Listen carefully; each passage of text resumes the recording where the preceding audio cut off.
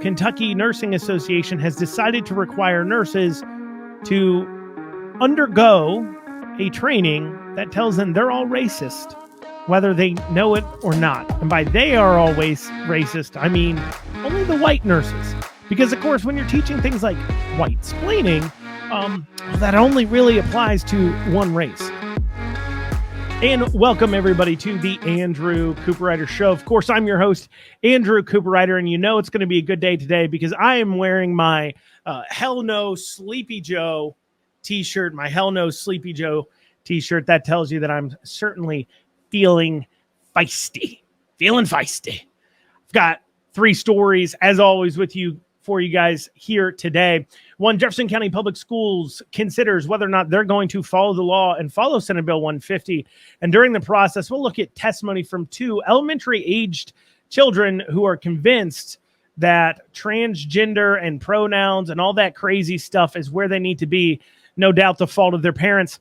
Additionally, as well, we'll be discussing the recent articles we've seen regarding the Kentucky Nursing Board requiring implicit bias training, including whitesplaining and other crazy racial ideas in their trainings as a requirement to their nursing license holders here in Kentucky.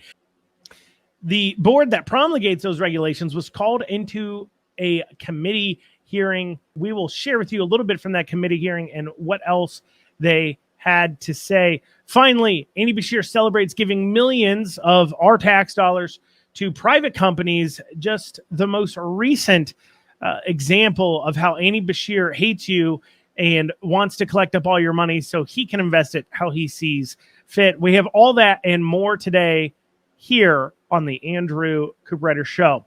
But before we get into it, please like, comment, share, subscribe, share this post if you're on Facebook, share the video if you're on YouTube, Rumble, of course, and if you're listening to this on Twitter, you can always retweet it or re-exit. What's that going to change to? I don't know. But you can always retweet it. And then as well, this is always available in an audio-only format on every single major podcasting application and platform. So you don't have to be stuck with your Facebook or YouTube or Rumble or Twitter open. You can catch this and while you're driving in your car, simply listening to Spotify or apps like that. Without further ado, let's dig down into it. First, we have Jefferson County Public Schools. They had testimony regarding Senate Bill 150. So Senate Bill 150, of course, required schools to do a few things, one of which use children's biological sex bathrooms, disclosing pronoun usage, as well as requiring, a plethora of things, all to combat this far left ideas regarding these transgender whatever craziness. And in this, while they were discussing this, they put forward two options. One option would essentially follow the law, the bare minimum following of the law. And then option two was to ignore the law and risk going to court. That's right. The school board itself literally put forward this as an option that they had to vote on, that they were voting on whether or not they're going to follow the law. And of course, all the absolutely crazy people came out to voice their opinions on this, as could be expected in Louisville. And there was two testimonies at the very beginning that certainly upset me, because it is quite clear what's going on there. I'm going to play for you this first child's testimony, and then we will go from there. Right on. Hello, my name is Finley Spalding, and I'm going to fourth grade at Low Elementary. One of my moms is a librarian at Klondike Lane Elementary, and my other mom is trans. I'm worried about JCPS enforcing this law. If JCPS enforces this law, my mom would be forced to use the men's restroom at school events. If JCPS enforces this law, I would not be able to learn about my family at school. I am worried that this law would open the door for students to make fun of my family or my family to not be included. I am also worried about other kids. What if there is a trans kid at my school and we now have to use the wrong pronouns for? What if they have to go into a bathroom that makes them feel uncomfortable and unsafe? I learned in school about the civil rights movement. I think that this law will go the same way as Jim Crow's laws, as a horrible stain to our history. I don't want my school to be a part of that problem. By going with version 2, JCPS will be on the right side of history. We will show the state that that trans kids and families are welcome at our schools. I trust my parents to take care of me. I think JCPS and the government should do the same. That child trusts his parents to take care of him. I'm sorry to tell you, son, your parents, they're not there to take care of you. For those of you who couldn't see the video format, let me explain what happened there. We have two parents coming up. One of them, as he describes, is transgender. The other is a biological female. The other is a biological male. And they're pushing this child up to the podium to speak. Now, clearly, this kid has not thought of what he said all himself. No, this was clearly typed up for him and printed out. Do you think this fourth grader, honestly, going into fourth grade, just finishing third grade, could really put this together? Do you really think, let me ask you this. I mean, maybe in Jefferson County Public Schools, they teach this in third grade. But do you really think this child has the grasp of what Jim Crow's law are and how they came to be? And if this at all compares to that in the slightest? Of course not. For the very fact that he would even try to compare them to Jim Crow laws tells you that he doesn't understand what Jim Crow laws were about and how this has nothing to do with it. But no, going back to the video, they didn't just, that kid didn't just walk up there with this printed out paper. No, he walked up in front of his parents, with his parents pushing him ahead, along with their other children in front of them, asking them to defend their honor. See, that's the important thing to understand about these two children testimonies we're going to hear. These children are not being unconditionally loved by their parents and their parents are willing to sacrifice for them. No, the parents are using the children as a source for unconditional acceptance, kind of like a dog. They're not protecting their children. They're pushing this child out in front of them. The teacher or the trans teacher's husband, wife, or whatever could have spoke on their own behalf, but no. Instead, they decided to print out a piece of paper for a child to read from, treating their children as if they're there to sacrifice for them. But of course, this is what permeates the kinds of ideas and lifestyles that dictate and dominate the left. Ideas that say you are the most important person in your life. Nobody is more important than you, and your pleasure and your freedom is more important than anyone else's, including your children. That is why you would push them forward and ask them to stand up for you, when it should never be the case that your children have to stand up for you, but rather you should be standing up for your children.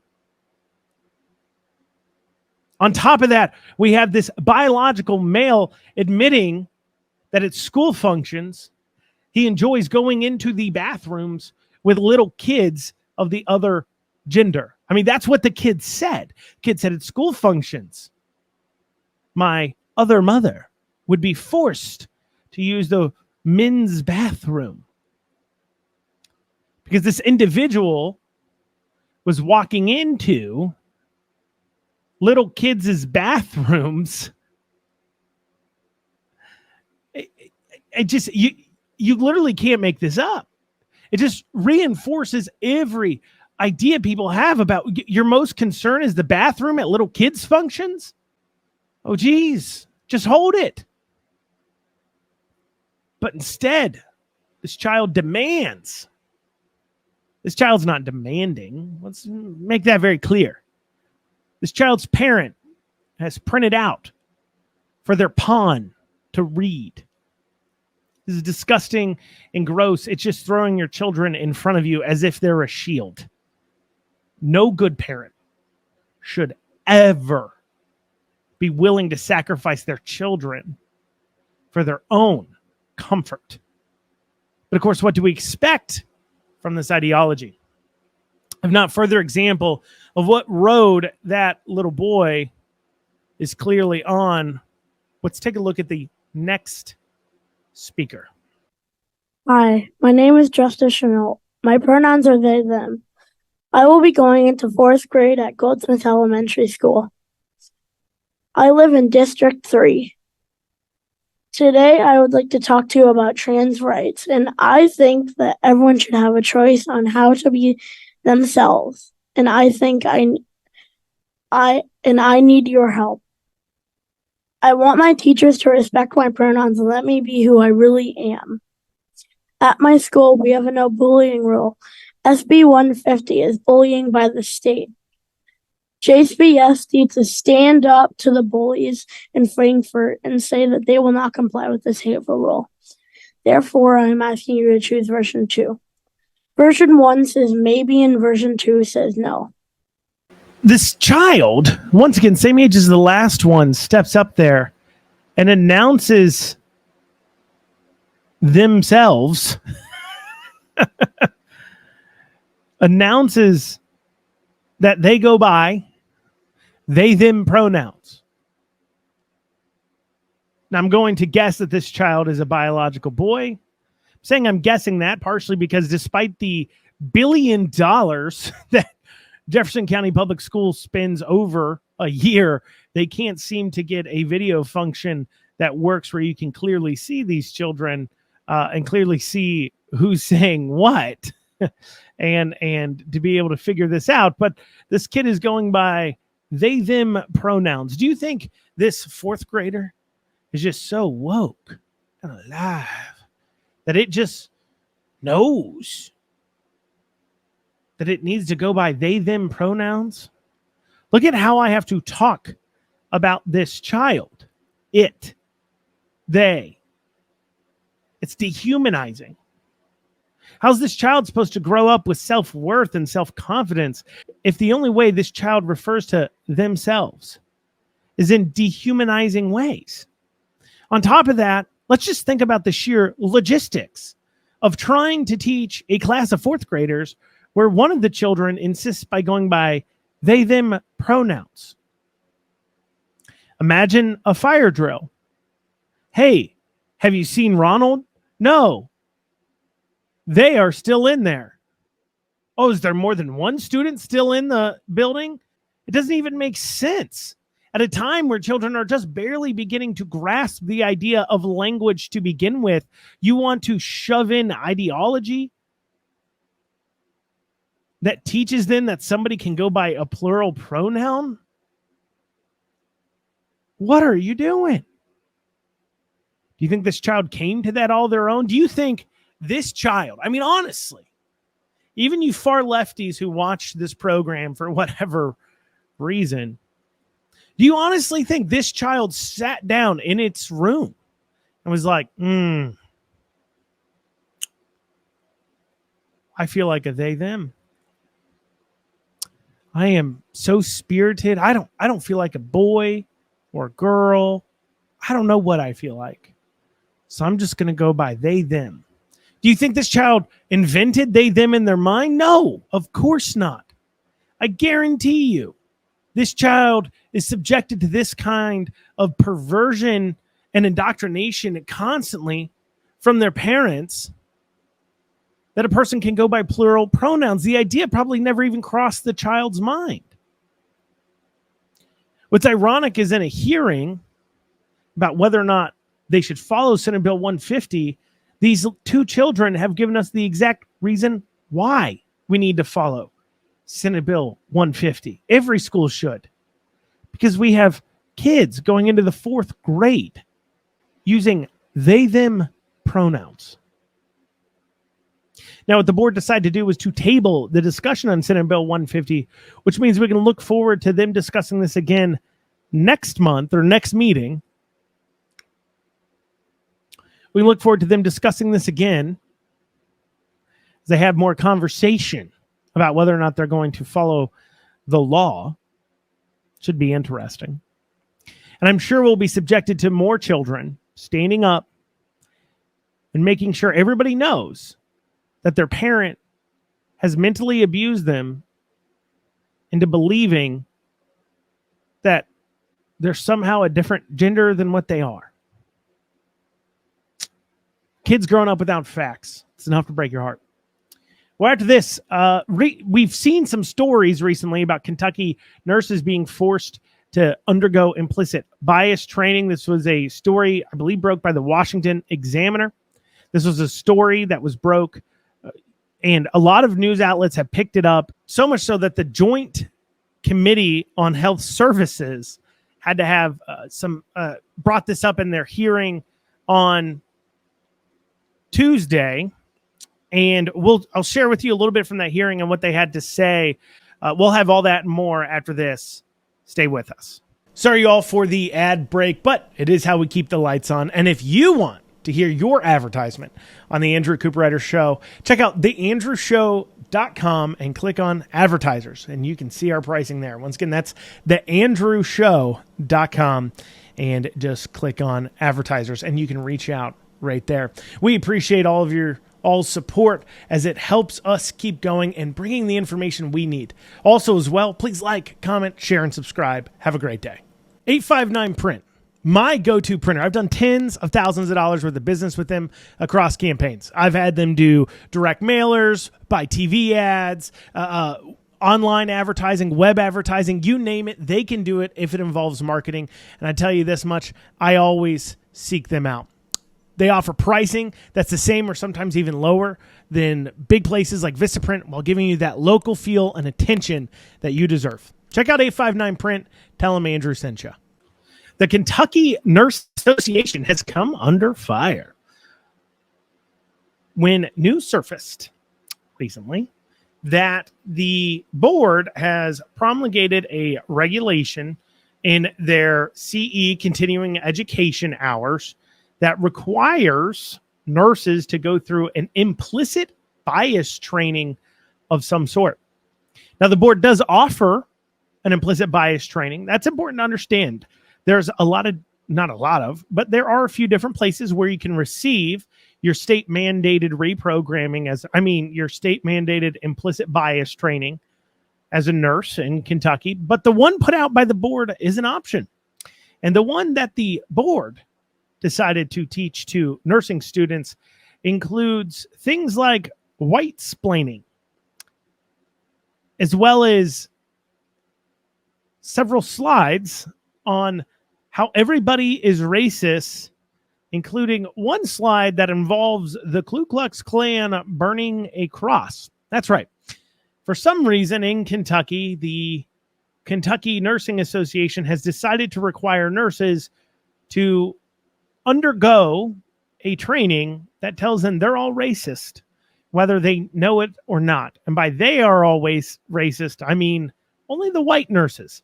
Because, of course, when you're teaching things like whitesplaining, that only really applies to one race. You would think the very idea of whitesplaining would in and of itself be a racist idea. But apparently the Kentucky Nursing Association doesn't see it that way. Instead, they put forward a training that not only teaches everybody that they're racist and that, if you're white and you explain something, you're obviously a gigantic racist. I mean, have you met Jason Aldean? You're more racist than he is if you're a white person in a medical field that at all decides they're going to explain anything to anyone.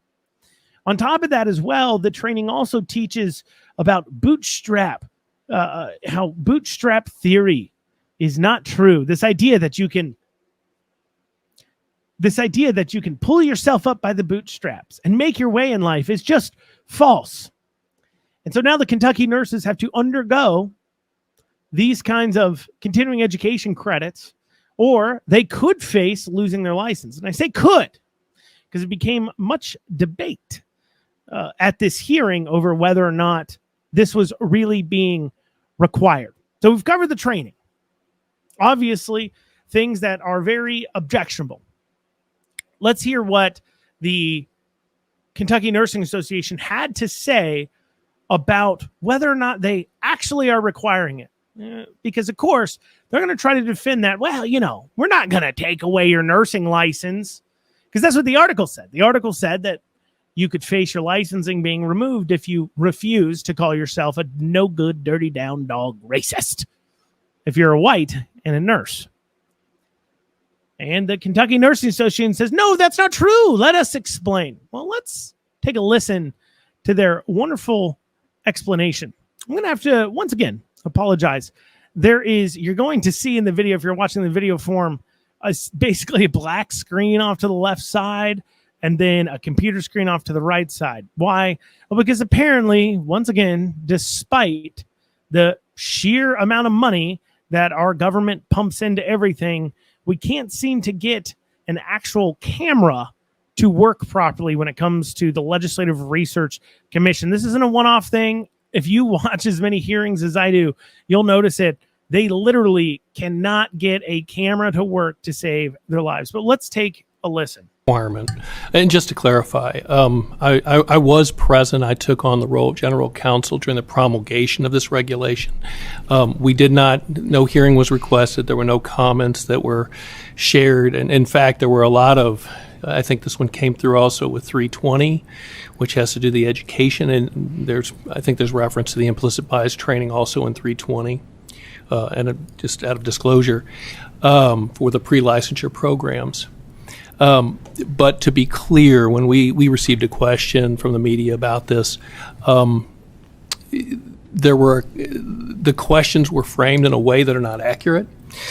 It is a mandatory requirement, just like CEs are mandatory is a mandatory part of our CEs. However, just like any other mandatory requirement, it could result in discipline.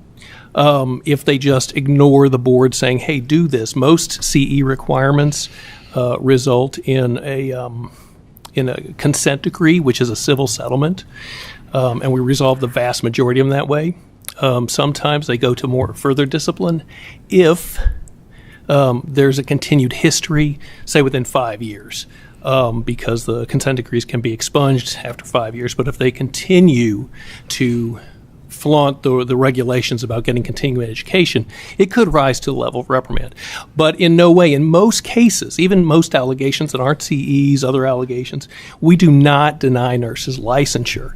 That only happens if we think we have enough probable cause to proceed on an immediate temporary suspension, which is a threat to the public. In this case, that we don't see this as a threat to the public necessarily. These CEs could be combined with something else, other allegations, but failing to get continuing education, we would certainly not take a licensee's license based on that. That's just not true. All right, you heard it from him. He claimed if that isn't the most, I mean, think about this. So that was about 2 minutes long of an answer on whether or not you get your license taken away for refusing to call yourself a racist. And what did he actually say? Well, first, at the very beginning, he did mention something about requests for a hearing. Remember that, because we're going to talk about that here after this.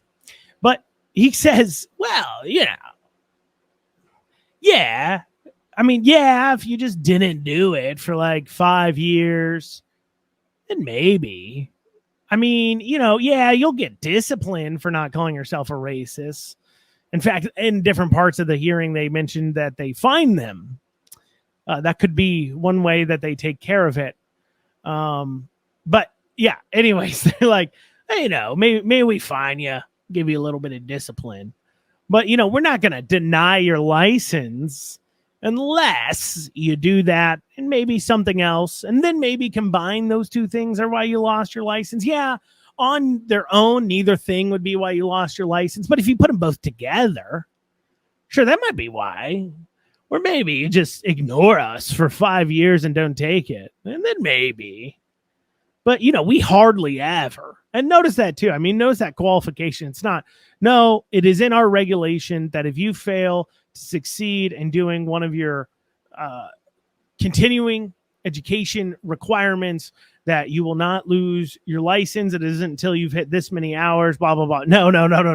That's not what he said. He made it clear this is a case by case.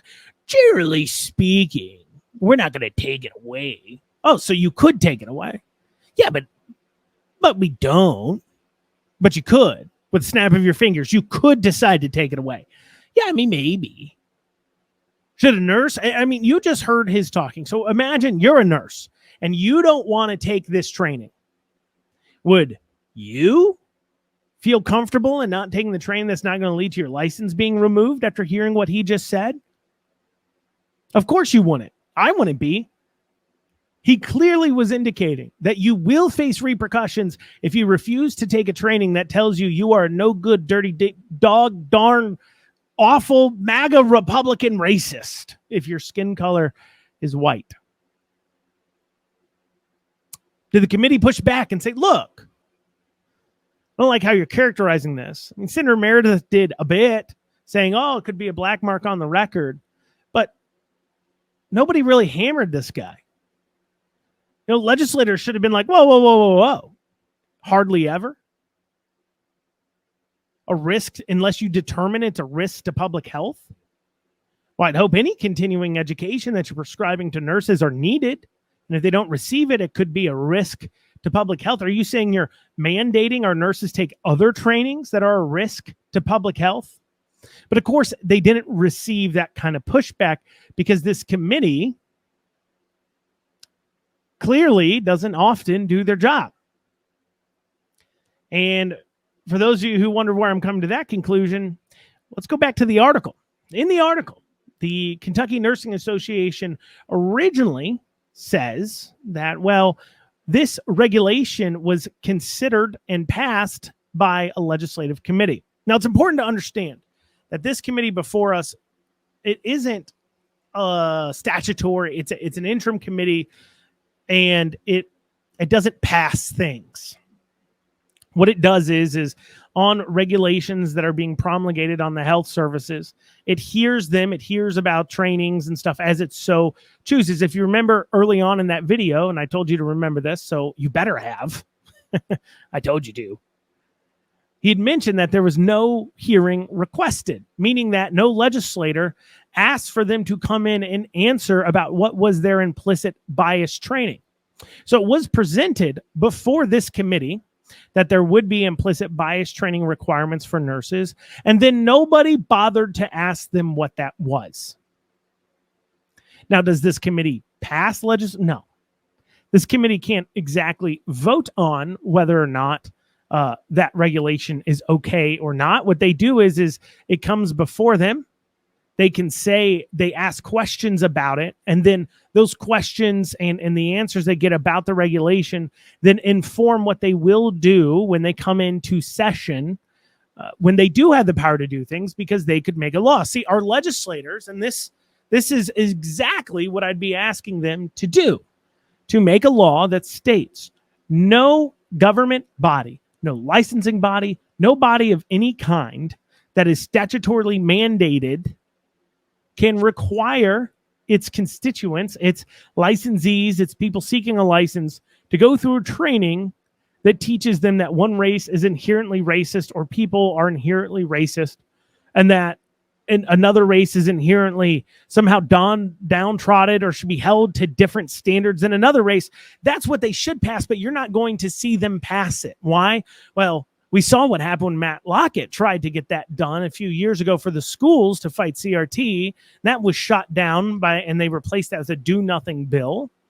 On top of that, this is this same legislature that came in and said, hey, look, we're going to pass a bill to form a statutory committee on race and access to equal opportunity. See, what's hilarious is at the same time you had this committee hearing going on, just to day or so prior, maybe the same day, the Committee on Race and Access to Equal Opportunity was being held, where they talked about how schools are disciplining children based upon their skin color at different rates because all schools are racist. Public schools, clearly, they're all racist. We all know that. That just goes without saying.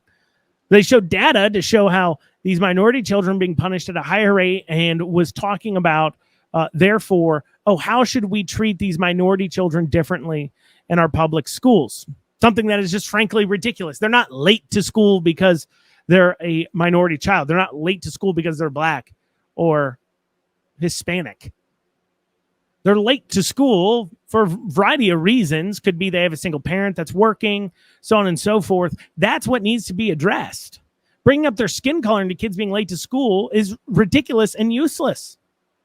We should be talking about just kids who are late to school. In the same way that bringing up skin colors, we're talking about quality of care, is ridiculous. We should just be worried about providing good quality care to everyone, regardless of their skin color. But instead, our legislature has decided to not ask questions about those issues. And so when that article says that it was considered and passed by the legislature, that's kind of half true. What happened was they put forward a regulation to require implicit bias. Nobody asked them any questions about it. No hearing was requested. So it went on through. And it wasn't until we saw what the creation was from that implicit bias that it actually got a hearing, and our legislators bothered to actually ask questions about it in the first place. That's what happened. They don't pass it. The board gets to create their own regulations, but the committee and then the body as a whole, come session in spring, can decide to pass laws to change what those regulations may be. They are allowed to do that. Do they fail to do their job? Well, anytime you see implicit bias training or racial issues, if you're a true conservative, it should raise your heckles. And you should start asking questions. Are we going to force nurses to sit down through Maoist struggle sessions while we're struggling to license nurses and have enough healthcare staff in Kentucky? No, that makes no sense. But they didn't ask those questions. So while the Kentucky Nursing Association is ultimately the one that created the regulation and the class, the legislature failed to do their oversight until after the fact. Now, in this, they said, we'll talk more offline, and we'll go back and look at how to change this.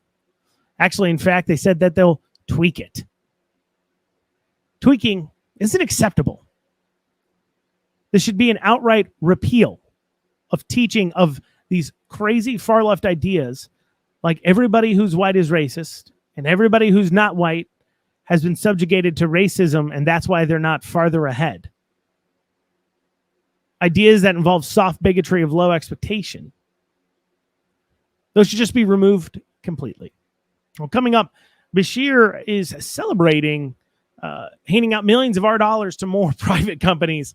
We'll have more after that. This Friday through Monday only, Lexington Overstock Warehouse is opening our showroom doors to the public with amazing deals on brand new quality home furnishings. Get the lowest prices on our huge selection of sofas, sectionals, bedrooms, mattresses, tables, chairs, and more. All at 30 to 50% off retail. Local delivery and setup is available, as well as interest-free financing with approved credit. Shop online first at LexingtonOverstockWarehouse.com. Then check out our huge 4-day warehouse sale at the corner of West Tiverton and Mall Road. Lexington Overstock Warehouse. Low overhead means really low prices. Sorry, all, for the ad break, but it is how we keep the lights on. And if you want to hear your advertisement on the Andrew Cooperrider Show, check out theandrewshow.com and click on advertisers, and you can see our pricing there. Once again, that's theandrewshow.com, and just click on advertisers, and you can reach out right there. We appreciate all of your support, as it helps us keep going and bringing the information we need.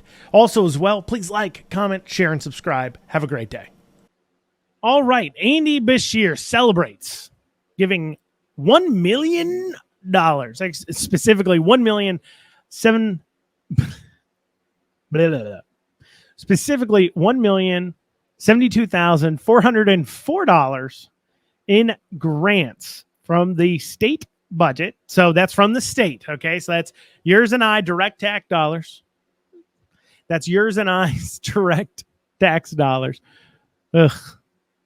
Going out to these companies I'm sorry. It just got me so upset. I'm stumbling over my words. Going out to these companies, they will match in part $7.45 million in federal grants the businesses will collectively receive. So we have 9 companies receiving $8.5-ish million in total. So about just south of $1 million each. So right around $750,000 each. $1 million of that coming directly from the state, and then the rest of it coming from the federal government. What are these companies? Well, let me tell you what these companies are. First, we got Bioptics Technology, LLC in Lexington. Lexington. Really hurting for the jobs in Lexington. I'm glad that we all shelled out millions of our dollars to a company there. Anyways, Bioptics Technology. This is the from the Beshear press release. He tells us what they do.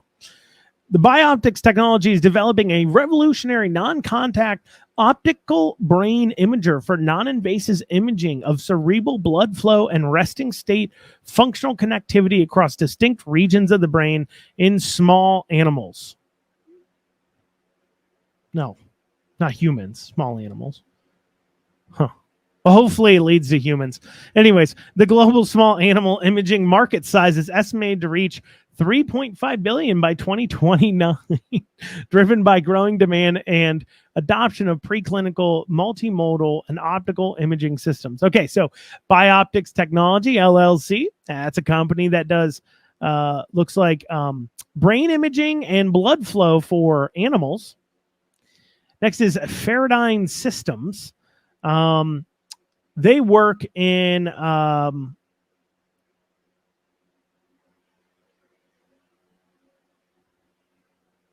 military. Okay. Faraday Systems, another business in Lexington. So glad Lexington just completely just has no jobs. I'm so glad we spent so much of our money on this.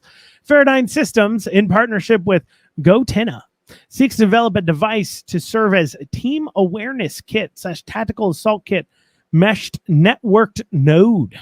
This solution will enable warfighters to create rapidly configurable signaling devices to extend situational awareness and visual data communications through overt and covert light devices on complex battlefields of tomorrow.